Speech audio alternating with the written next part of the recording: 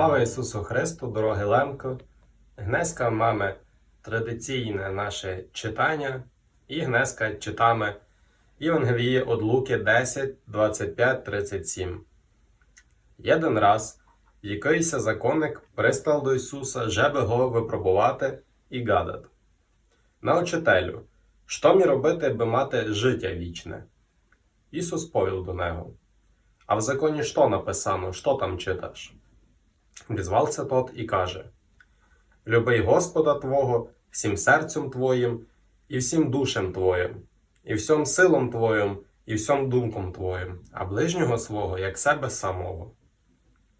Добрий суд повіл, сказав му: роб то і будеш жив. Та тот хотів себе самого виправдати, каже до Ісуса: А хто ж мій ближній? Ісус мовив: Один чоловік спускався з Єрусалима до Єрихона і попав збійникам у руки, що його подерли і побили тяжко і пішли геть, а го зоставили напівмертвого.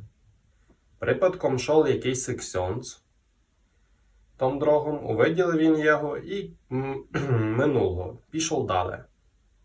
Так само і Левіт прийшов, вздрів його на тім місце і пройшов мимо. Але один самарянин, котрий був в дорозі втоді, видів його і се змилосердив. Пристав він до нього, прив'язав му рани, полив їх олієм і вином.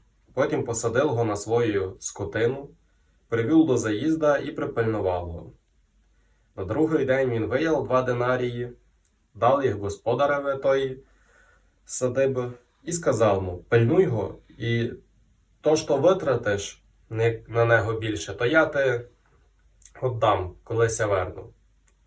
Хто з них 3 мислиш був му ближнім? І тот чоловік відповів: тот, хто вчинив над ним милосердя. Тогда Ісус сказав до нього: іди і роб так само.